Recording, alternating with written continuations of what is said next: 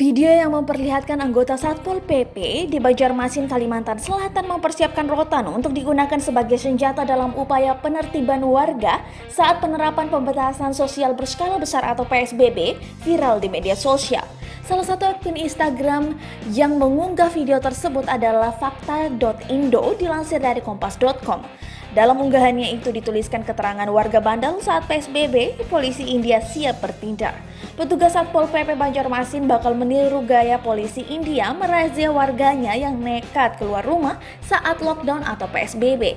Dibekali pentungan rotan, pukulan kasih sayang akan diberikan kepada warga yang bandel saat jam malam berlaku di Banjarmasin. Hingga Jumat 24 April 2020, video tersebut mendapat 2.238 komentar. Menanggapi hal tersebut, pelaksana tugas Kepala Satuan Polisi Pamong Praja Banjarmasin Ikhwan Nur Khalik angkat bicara. Menurutnya, selama penerapan PSBB itu diakui memang akan ada pengetatan dan patroli dari petugas gabungan. Namun demikian ia menampik bahwa rotan yang digunakan tersebut untuk memukul warga layaknya yang dilakukan polisi di India.